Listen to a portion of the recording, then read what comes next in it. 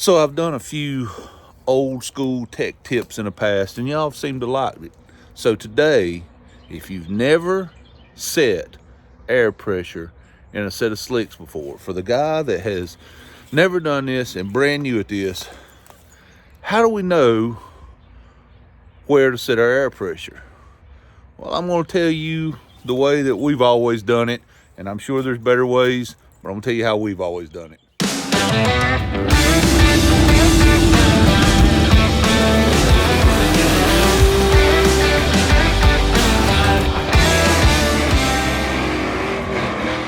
I'd say it's a nut job.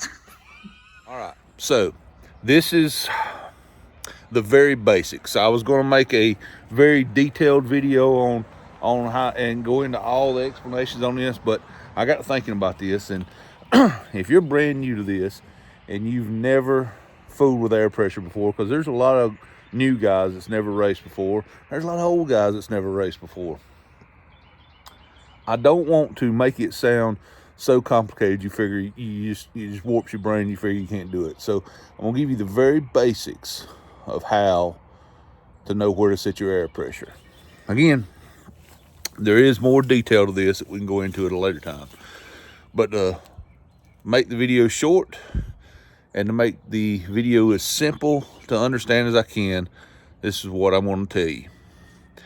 So if you've got a brand new pair of slicks on the back of your car and you're going, where should I set the air pressure for a base, for a starting point? This is exactly where it needs to be to the pound and never move it again. This is a jumping off point. This gets you in the ballpark. Take your newly minted setup with your slick on the back of it. Find you a piece of clean surface. When I say clean surface, whatever you've got handy. Let's don't overcomplicate this. Remember, we're trying to get a starting point, a jumping off point, a clean surface, a piece of road in front of your house, concrete driveway. You can find a piece of surface that you can do a burnout. Now, when I say burnout, I'm not talking about a John Force burnout here. I mean, keep it simple. Keep your burnout simple. You know, just get you a patch of burnout. You don't need 300 foot of patch laying in front of your house. You don't need none of that stuff. You need enough to see it. If you can see, preferably, 2 black marks. I mean, I know some of you guys may have a one wheel peel, but we'll talk about that later. We're gonna try to keep it as simple as we can for this video. You need 2 black marks.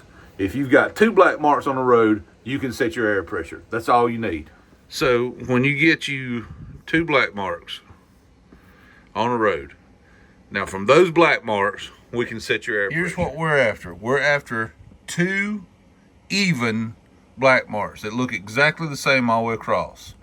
For example, if you get that, now I can't shade with a dry erase marker, so you'll have to give me a little grace here.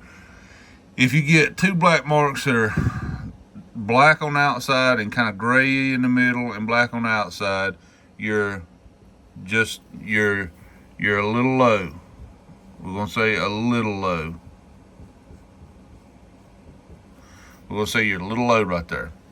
Now, if you get 2 black marks that are black on the outside, but you can't see any black in the middle, you're a lot low. Now, okay, if you get this, and again, I can't shade with this, so I'm having to kind of make lines here. If you get a black mark that's black in the center, but gets gray toward the outsides, you're just a little high. Okay? Now, if you get 2 thin, long black marks, then you're a lot high. All right. Now, there's ways to look at all of these black marks. But so you understand, I'm going to put numbers on each one of these. Let's say this is 15 PSI. And that's the perfect one for that setup. This right here may be This right here may be 14. This right here may be 12. This right here may be 16, and this right here may be 18. There doesn't necessarily have to be a lot of difference between these to make a difference in your pattern. And sometimes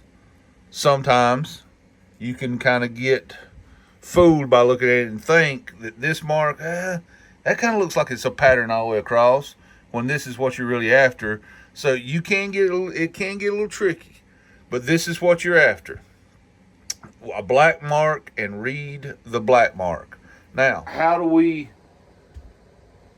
get a starting point? You just start. You just pick a number. I wouldn't pick a crazy number, but I would pick a number and do a burnout and start from there. And say you do, every car is going to be different. The weight of the car affects it. The amount of horsepower the car affects it, because that affects how hard it plants that tire. A lot of things affect this, so you have to know what it is for your setup. And I would pick a number, and I'm going to pull a number out of the air just because I've already got them written down here, and say, I'm going to start with,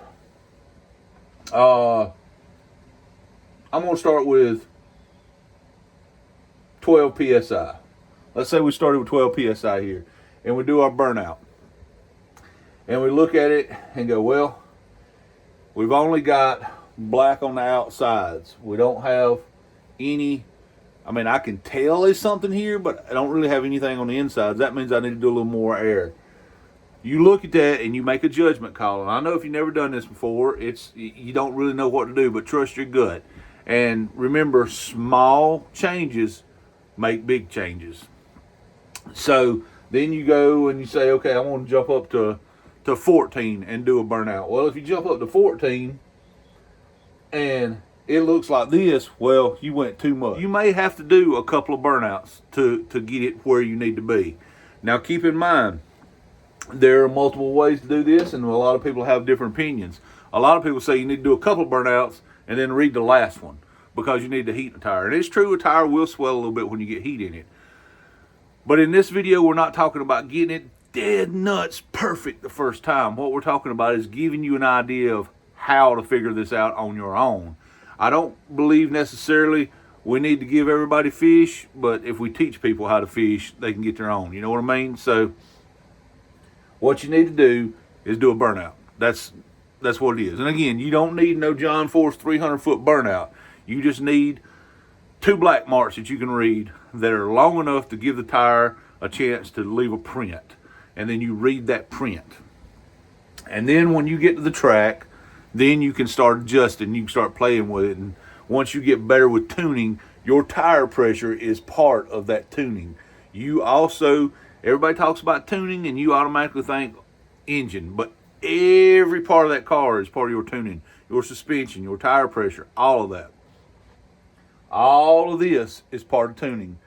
So once you get to the track, and especially if you've got somebody with you, and you do your burnout at the track, and you back up in your tracks, and you take off and go, have somebody take a picture of that mark of your tracks as you leave off, because it will leave, for lack of a better term, it will leave tracks in the glue when you leave. Take a picture of those, and you look at those tracks. You can read those very similar to what you do the black mark, and you can tell, maybe I need a half pound, or maybe I need a pound, or you'll figure this out. All you need is a jumping off point, a starting point, and this is your starting point. So get in your car, put your new slicks on there, pick a number, pick a realistic number for one like 15 or something. Don't necessarily pick 35 pounds, you know what I mean? Pick a realistic number, go do a burnout, take a photo of it, whatever you need to do, and look at it, and you're trying to get your pattern of that burnout equal all the way across. And don't get fooled if you have too much air and you go, okay, well, it's a solid black mark. Yeah, but your solid black mark is 6 inches wide and your tire is 15 inches wide. So you've got way too much air. You know what I mean? You'll figure all that out. This is the basics. This is tire pressure 101. and we can go more in depth later if this is something that people are interested in. And yes, I know there'll be people comment, oh, you should do this too, and you should do this, or no, you need to do it this way. Listen, there's a lot of ways to do this. This is the basics for somebody that has never fooled with air pressure before. This is how you figure this out. And this is a good way to get you a starting point. Now, my White Galaxy Legacy, it really likes 15 PSI. That's kind of why I picked that number. But over the years, I have played with 14, I've played with 16, I've played with 14 and a half, I've played with 15 and a half. I've moved around on tire pressure to see what it does for me on the big end with my ETs. It does affect, you can change your air pressure and affect your ET. You can change your air pressure and affect your 60 foot, both negatively and positively. But you've got to have a place to start. And this will get you a place to start. They're going to be different, again, more advanced stuff. There'll be different things that radials like versus slicks like versus, you know, whatever. All that stuff is different things, different tire compounds, weight of the car, the way the car transfers weight, amount of horsepower in a car, stick shift car versus automatic car. All of this can be different. Understand that. But this is the bare bones basics. If you would like to have a number to start with, you can always ask on Facebook and all that stuff, and you'll get 1,000 different answers, but you'll hear numbers within 2 or 3 of each other probably. The problem is again, all those different things that affect tire pressure, you don't know what their combo is and what their car weighs and power it makes and all that. So all that's going to do is give you a number to put in it to go do your burnout. I mean, if that's the way you want to go about it, that's fine. At the end of the day, that black mark is going to tell you the truth every time. People on the internet lie to you. That's just a fact. But hopefully this gives you an idea of the very, very simple basics of how to get a starting point for air pressure. And again, if you guys that watch this have been racing for years, this is elementary school to you. You're already in college. But there's guys out there who are just getting started, and we have to keep this sport alive. We have to get the new generation involved in it, and making them involved in it requires making them not have to struggle so hard, because let's face it, a lot of people will give up if they have to struggle. So this is for those guys just getting into elementary school that kind of want to do it but don't know where to start. Here's your basic tech tip 101 for air pressure. I hope this actually helps somebody. And remember too, guys, every brand tire is a little different too. Hoosiers and Mickey Thompsons do not like the same air pressure. I can tell you that. Hopefully this helps you. Hopefully this helps somebody. If it helps one person out of all the people that watch it, then it was worth it for me. Tried to keep the video as short as possible because this isn't complicated. So let's don't try to overcomplicate it. It's as simple as it gets. And I hope the Lord blesses you more today than he did yesterday. God bless you to each and every one of you who have liked, shared, commented. The guys that share and subscribe, you are absolute rock stars. We are so close to 10,000 subscribers. It's not even funny. And I can't thank you enough for it. Hopefully, in another week or so, we'll do another video on some updates to how things are coming around the area with the hurricane relief stuff. I know a lot of our neighbors an hour or so north of us are still cleaning up rubble and still cleaning up stuff. So there's still some cleanup to be done there. If you haven't seen what's going on, you can go back a couple of videos. And I had 2 videos in a row, I think, where I done some videos on the hurricane damage. Y'all can go check those out. Remember to check out our friends at Greasy's Garage for some good shop soaps and rags. Makes awesome products. All made right here in America, made right here in South Carolina by a veteran who uses the profits to help other veterans. Can't get any better than that. As I said, guys, tried to keep it short and sweet today. God bless you. The Lord bless you more today than he did yesterday. Him be all the glory. And guys, we will see you on the next one.